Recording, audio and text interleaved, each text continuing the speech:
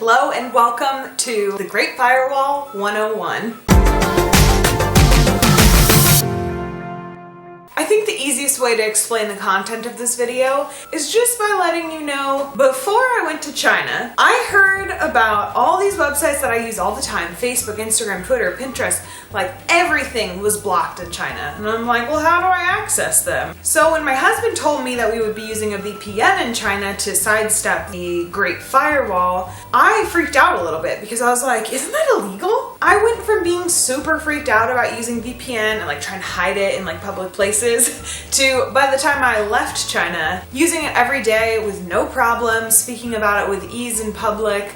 I was not freaked out at all. So this is everything you need to know to get you to that point before you go to China and leave you feeling knowledgeable on the topic. So when people say, wait, what? Facebook is blocked in China? So technically speaking, the Great Firewall is a blanket term that refers to legislation that was created by the Chinese government to censor media in China. But people don't really refer to like the censorship of movies by using the term the Great Firewall. Now the term the Great Firewall really just refers to the fact that a lot of globally popular websites are blocked in China. According to a Harvard study, at least 18,000 websites are blocked in China, including 12 out of the top 100 global websites. Google, including Gmail, Google Maps, etc., was first blocked in 2002. Wikipedia was first blocked in 2004 on the 15th anniversary of the Tiananmen Square riots. So you can see why Wikipedia may have been blocked. YouTube was first blocked in 2008 during the riots in Tibet, and Facebook in 2009 after the deadly riots in Xinjiang.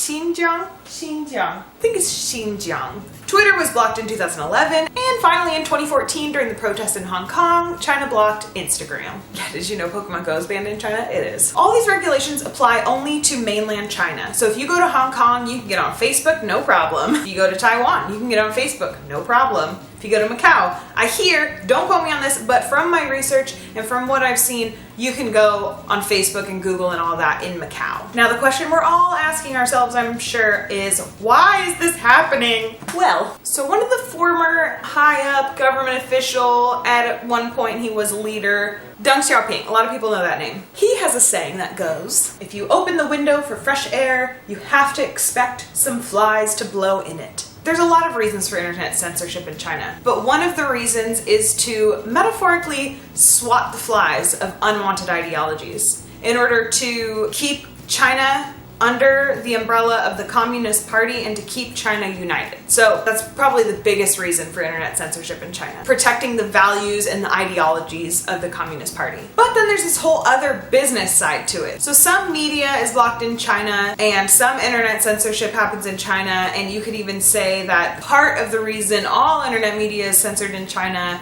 is because it really does help Chinese companies to have the ability to grow and not have to deal with foreign competitors. So since Facebook is banned, there's a Chinese company called WeChat that has done very, very well in China. Twitter is banned, so less Chinese people are likely to go on Twitter and more will be going on Weibo. You find a lot of examples of this where China has blocked a certain type of media or a certain website, and then that has enabled a Chinese company to come step in and kind of like run the show, which is good. It helps the Chinese economy. You know, there's benefits to it. It's not all bad. Now, you're going to China and you need to be able to use Facebook. You need to be able to use your Gmail. The solution is VPN. VPN stands for Virtual Private Network. Basically, VPN enables you to sidestep the Great Firewall by making it look as though you're on the internet in a different country. There are a lot of options for VPNs, including some free and very cheap ones, but the service that I relied on and the one that I owe my sanity to is ExpressVPN. Now, full disclosure, this is the only VPN provider that I personally have experience with, and because I was so happy with the service, I actually did sign up for their affiliate program. So just so you're aware, down below there are links to ExpressVPN, and all of those are affiliate links. Just want to be very open and honest with you guys. But I would never recommend something to you guys that I didn't genuinely believe in.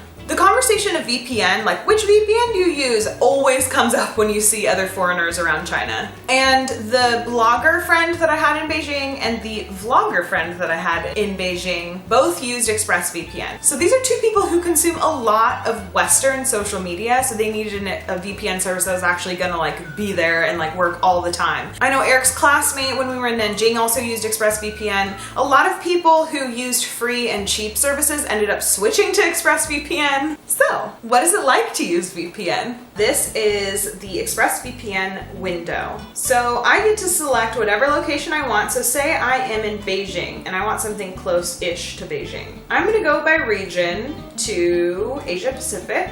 And a lot of the time I would use Hong Kong. And then look, these are all private networks that I can sign on to through my ExpressVPN service. So there's a lot. They all work, they are just at kind of different speeds, and that's why you might want to go under the recommended. So United States, obviously, Canada, those are recommended to me right now because I am currently in the United States.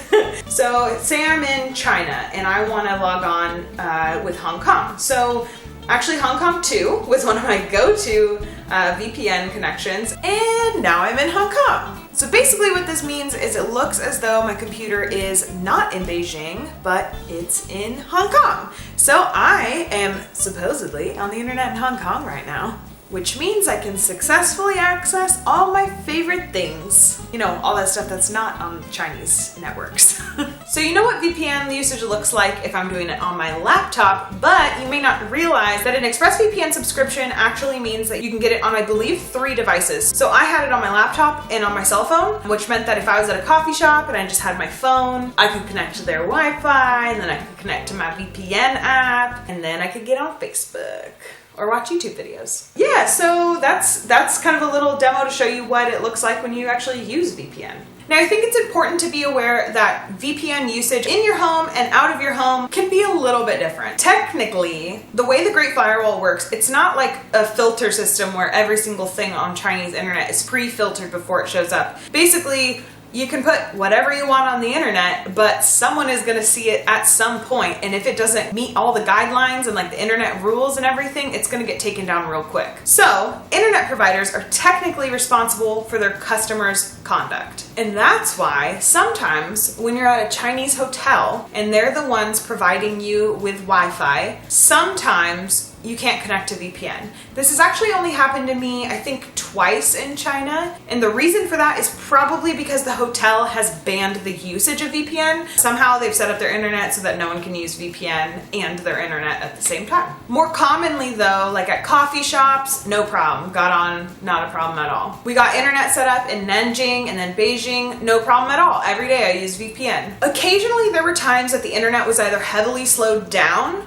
or I noticed that I wasn't able to get on VPN, and those were just on Chinese national holidays. Coincidence? I think not. So now we're kind of getting into the topic of, so wait a second, how illegal is this? I know it's illegal, but how illegal is this? People have been arrested for spreading illegal information, for trying to incite some kind of government revolt, for spreading rumors about government officials. But the government is not out looking for foreigners using VPN. VPN is not scary. However, technically the Chinese government is able to discover and block VPN usage, but they don't do it all the time. Like, rarely. Some expats that I've spoken to who live in China actually think they do this because they don't want to discourage foreigners from coming to China. It's an interesting theory. I don't know how much it stands up or if that's like the sole reason, but there is clearly some reason that VPNs are allowed, because if they're able to stop VPN systems, then why don't they do it all the time, you know? So now with all this information inside your brain, think about it like this. What's banned in China is less about using Facebook and YouTube and Instagram, and more about using them to promote information that the Chinese government doesn't want to spread around in China. For example, politics that don't agree with the Communist Party, porn, riot footage. As long as you are not trying to incite any kind of questioning of Chinese government or riots against Chinese government, and you're really honestly just using social media to connect with friends and family back home,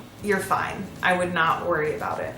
I've never heard of a foreigner being put in jail in China because they used VPN. It's not a thing. I gotta break it to you guys. ExpressVPN doesn't solve one of the big problems I had in China, sadly, and that is Netflix.